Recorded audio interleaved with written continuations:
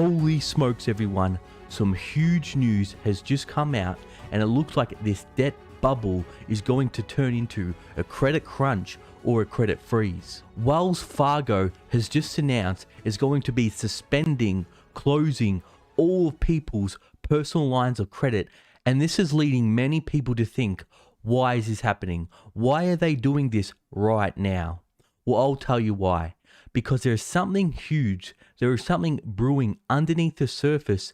There is a crisis that not many people know about, except for people that have been following this channel and other financial channels. There is a crisis just around the corner that is about to come. Many people have thought that we're fully recovered, that the economy is booming, that we've made it out of the 2020 recession in the US and the global recession that we entered. But really what you have to know is we've been in a fake recovery and the real storm is just about to hit. But this time, all the governments, not just the US, around the world, they've maxed out the credit, so they're not going to be there to save you this time. So in this video, I'm going to dig a bit deeper. We're going to go into this article and this information about Wells Fargo shutting down their lines of credits. I'm going to go into why they're doing this, the banking crisis that is coming, and then I'll go over how we can prepare. Okay, everyone, let's not waste any time. Let's get straight into it. So look at this, everyone. Wells Fargo tells customers it's shuttering all personal lines of credit. The bank is shutting down all existing personal lines of credit in coming weeks and no longer offers a product, according to customer letters reviewed by CNBC. Is this because Wells Fargo foresees a wave of defaults and bankruptcies coming? We'll get into that in just a moment. The product, which typically gave users $3,000 to $100,000 in revolving credit lines, was pitched as a way to consolidate higher interest credit card debt, pay for home renovations, or avoid overdraft fees on linked checking accounts. With its latest move, Wells Fargo's warned customers that the account closures may have an impact on your credit score, according to a frequently asked questions segment on the letter. So just to add insult to injury and kick people while they're down, they're not only saying we're going to close your account, but it's also most likely going to affect your credit score. And this is also coming at a time where many Americans are finding it very hard to get credit, and also people with good credit scores are finding it hard to get a mortgage. Because look at this article, everyone. Wall Street giants want to be a landlord. Data shows mega banks are buying up US real estate. And not just this, denied many Americans have been turned down credit for 2020, and also it's still happening in 2021. So why are the banks doing this? Well, because like I said, Wall Street wants to be a landlord. They want your homes. They're coming for your home. And this could just be a way for the banks to get it a bit quicker and a bit easier. And we all know the Great Reset, one of their agendas is you'll owe nothing and be happy. Well, how will they do this? People aren't just going to give up their homes. The way the banks are going to have to get their homes is foreclose on people or get people all hooked on debt and then shut it off, bam, close it off, and then all of a sudden people have no way to pay their bills, and then they default, and then the banks swoop in and take their homes or sell it to their mates on Wall Street. So listen to this, everyone. Another part of the frequently asked questions asserted that account closures couldn't be reviewed or reversed. We apologize for the inconvenience and the line of credit closures will cause. The bank said the account closure is final. So they're saying, sorry, we're not sorry, we're closing the accounts anyways. So it says here, customers have been given a 60-day notice that their accounts will be shuttered and remaining balances will require regular minimum payments at a fixed rate. This is according to the statement. When it was offered, the credit lines had a variable interest rate ranging from 9.5 to 21%, so still a pretty steep rate. The move is a strange one, given the banking industry needs to boost loan growth. After a burst of commercial lending during the early days of the pandemic, loan growth has been hard to muster. Corporations have used money raised in stock and debt issuance to retire bank credit lines, and consumers stuck at home had fewer reason to use credit cards. So that's right, it is a strange move, but what's happening, like it says here, businesses, even though there's low interest rates, they're not taking on huge amounts of credit from the banks right now. And also, most people aren't taking on loads of credit right now. Why do you think they're doing that, people? It's because most businesses and most people know that we aren't out of the woods yet.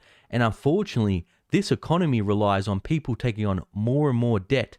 It doesn't really rely on innovation or people using their own cash now. They're always pulling forward demand from the future.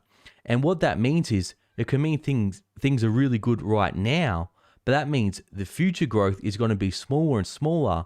And what we've done during 2020, during this pandemic, we've pulled forward years and years of demand forward to bail us out right now. But all that means is the problems in the future next year are just going to be much worse. And just to make it a bit more personal to see how this is really affecting people, let's read Tim's story. So one customer said the change is prompting him to switch banks after more than a decade with Wells Fargo. Tim Tomasi, a Portland, Oregon programmer, said he used a personal line of credit linked to his checking account to avoid expensive overdraft fees. It's a bit upsetting, Tomasi said in a phone interview. They're a big bank and I'm a small person, and it feels like they're making decisions for their bottom line and not for customers. A lot of people are in my position and they need a cushion every once in a while from a line of credit. So unfortunately, right now, many people are in Tim's situation. But what it's time to do, people, it's time to go back to old-fashioned times. Start paying off high interest debt and create an emergency fund, because the government's been there to bail people out during 2020, but they've pretty much maxed out the debt. You know, there's a negotiation about to happen about the so-called debt ceiling, which we all know there's no real ceiling because they keep raising the roof. But what's happening is the government's getting, very, very close to kind of maxing out its debt just for this year, or they're finding it very, very hard to service the debt. So they're not going to be able to, just announce another $5 trillion stimulus to bail out all these people that are going to go into these defaults and bankruptcies next year. But people, let me connect the dots, because this is just the tip of the iceberg on what's really happening. You have to know the broader picture, what's really happening, and I'm going to bring it home, bring it all together to tell you what's really going on in the banking sector, in the economy, and in the markets. Look at this, everyone. JP Morgan says it's also hoarding cash for the crash, like I've done a previous video on. JP Morgan says, if you look at our balance sheet, we have $500 billion in cash, and we've been effectively stockpiling more and more cash, waiting for opportunities to invest at higher rates. Diamond said, I do expect to see higher rates and more inflation, and we're prepared for that. So what is it that JP Morgan sees? Well, they're saying they see a crash coming, and so they're stockpiling cash. And what also do we see happening? We're seeing a flight to safety. People aren't piling into the stock market like they were doing before. They're piling into bonds and they're piling into cash.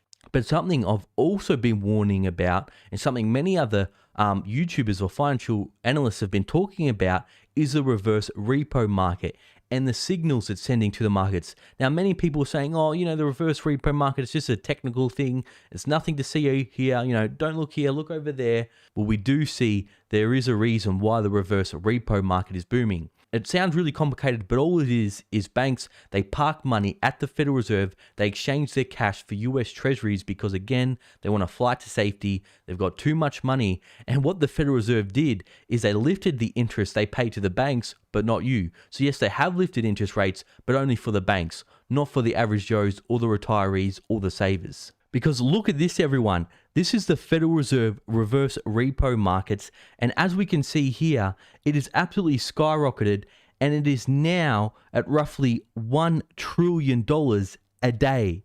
That's right. Not 1 month, not a quarter, a day. That means banks and other foreign central banks are parking up to $1 trillion every day at the Federal Reserve. And as you can see here, normally, there's a spike at the end of a quarter.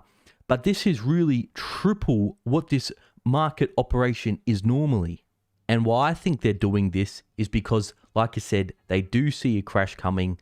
They may, plan or engineer a crash, because what you have to know is over the past 100 years, they've been engineering these boom bust cycles. They create a boom, get everyone hooked on credit, and then they crash the markets. And every time they do that, they gain more and more of the wealth. Okay, everyone. So what this means for you and me, this means though we've had good times right now, it seems like the markets are booming right now. The Federal Reserve tells you the economy is strong everything's fine, there's nothing to worry about. Really, this has been a fake recovery. This has been a fake boom because they've given out free money, the free stimulus checks, because they've increased the money supply by 30%. But now the stimulus is being taken away. M2 money supply growth is declining rapidly. It's roughly now at about 13% and it is still declining. They told us, don't worry, don't pay your rent for up to 2 years. Don't pay your mortgage for up to 2 years. Everything will be all right. We'll sort it out later. Well, now the music is starting to stop. The party is finishing and the punch bowl is being taken away.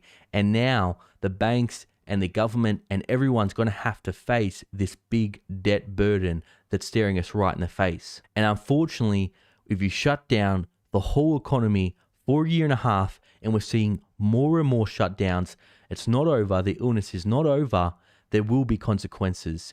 And what I think this is going to lead to is this could lead to America and the global economy entering into a double dip recession, entering into recession again in 2022, and we could enter stagflation. That is where unemployment is high and inflation is high, and there's nothing the Federal Reserve can do about it. Or what it could happen is it could appear that we have deflation, but that's after prices will be sky high. And even if, the CPI, the official inflation data, goes at 0 or flat or 1%, well, prices will still be much higher than they were in 2020. So everyone, what can we do to prepare? Well, like I said, the government is not going to be able to come there and save you this time. So it is time to do whatever you can, get a second job, a part-time job, start a side hustle, start a YouTube channel like me, pay off high interest debt, and do the old-fashioned thing, build an emergency fund so you don't have to rely on the government to save you, or you don't have to rely on a credit card and getting into more and more debt to get out of a tough situation. Also, what this means, in case we do enter in some kind of crazy banking crisis, you don't want to have all your money in cash at one bank. You want to diversify. Again, it's not financial advice, just my opinion and my thoughts. You don't want to have all your cash at one bank, and you also don't want to have all your money in one asset class. But everyone, what do you think the banks are planning, and what do you think is going to be coming in the markets and in the economy in 2022? You let me know down below. Now, for all my loyal viewers and subscribers still watching, you're awesome. If you haven't already, please tap that like and subscribe button. I'll keep you up to date on the latest happening in the markets. And of course, if you're bored, I'll put up some of my other videos here. I'll see you all there.